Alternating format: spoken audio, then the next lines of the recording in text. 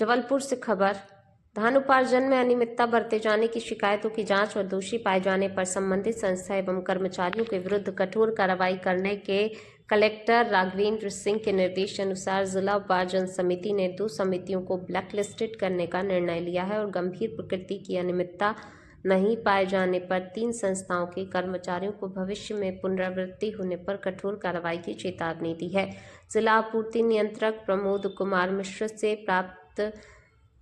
जानकारी के अनुसार कलेक्टर राघवेंद्र सिंह के निर्देश पर धान उपार्जन में अनियमितता प्राप्त होने की शिकायतों की जांच के लिए राजस्व, खाद्य, कृषि एवं सहकारिता विभाग के अधिकारियों के संयुक्त दल गठित किए गए थे। दल की जांच रिपोर्ट पर जिला उपार्जन समिति ने शेखपुरा तहसील के अंतर्गत पारस वेयर हाउस सहजपुर स्थित संस्कार ग्राम संगठन बिल्हा द्वारा संचालित खरीदी केंद्र और सिहोरा तहसील के अंतर्गत समेद सागर वेयरहाउस स्थित अपराजिता संकुल स्तरीय संगठन पनवानी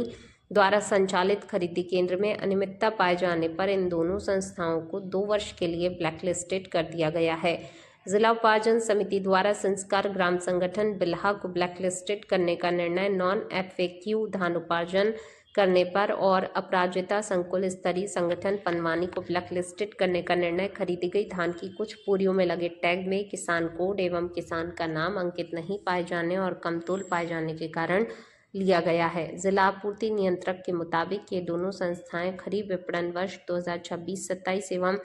वर्ष 2027-28 और रबी विपणन वर्ष 2026-27 एवं वर्ष 2027-28 में उपार्जन का कार्य नहीं कर सकेंगी। ब्लैकलिस्टेड करने के साथ ही इन दोनों संस्थाओं को कमीशन में से 10% की कटौती करने का निर्णय भी जिला उपार्जन समिति द्वारा लिया गया है। अपराजिता संकुल स्तरीय संगठन पनवानी द्वारा संचालित खरीदी केंद्र में सर्वेयर द्वारा की गई अनियमितताओं पर सर्वे एजेंसी RB एसोसिएट्स से उसे प्राप्त होने वाली कमीशन में से 2% की कटौती करने का फैसला भी जिला उपार्जन ने लिया है।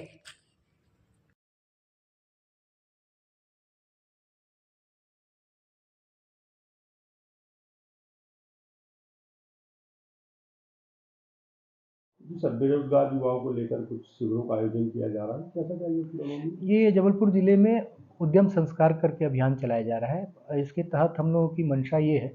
कि हमारे शासन के स्तर से जो भी योजनाएं हैं जिसके तहत हम लोन उपलब्ध कराते हैं, जैसे अनुसूचित जनजाति वर्ग के लिए, अनुसूचित जाति वर्ग के लिए भगवान टंटिया मामा, भगवान बिरसा मुंडा करके योजनाएं हैं, जिसमें लगभग 10,000 रुपये से प्रारंभ करके और लगभग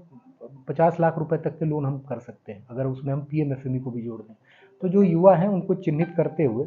और उनके लिए ये शिविर आयोजित किए जा रहे हैं कि उनको इसकी जानकारी मिल जाए और वो सभी इसके थ्रू आवेदन करें ताकि उनको लोन करके और स्वरोजगार के माध्यम से वो अपना रोजगार स्थापित कर सकें। सर, इसमें शासन द्वारा उनको कुछ सहायता राशि या कुछ? हाँ, ये लोन का ही है, जो शासन के लोन के प्रकरण है उसी के माध्यम से इसको सब्सिडी भी मिलेगी उनको? हाँ, इसमें इंटरेस्ट सबवेंशन है 3% का। सर, कल कुछ समितियां और कुछ वेयरहाउस को ब्लैकलिस्टेड जैसी कार्रवाई की गई है, क्या है ये पूरा मामला? धान उपार्जन के दौरान जहाँ भी जो हम लोगों का स्थापित प्रोटोकॉल है जिसके अंतर्गत खरीदी की जानी है, अगर उसका वायलेशन पाया जाता है तो नियमित जो जांच की जा रही है उसके अंतर्गत जो वायलेशन पाया जाता है तो इन पे फिर निर्णय लेके उपार्जन समिति के माध्यम से जिस प्रकार के वायलेशन है, अगर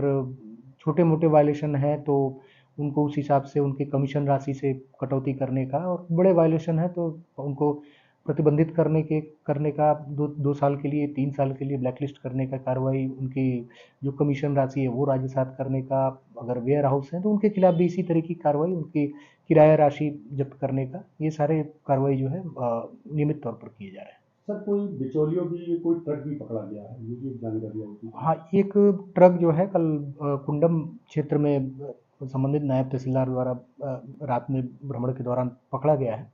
इस समय उपार्जन का आखिरी समय चल रहा है, तो रात्रि में भी राजस्व के जो अधिकारी हैं और बाकी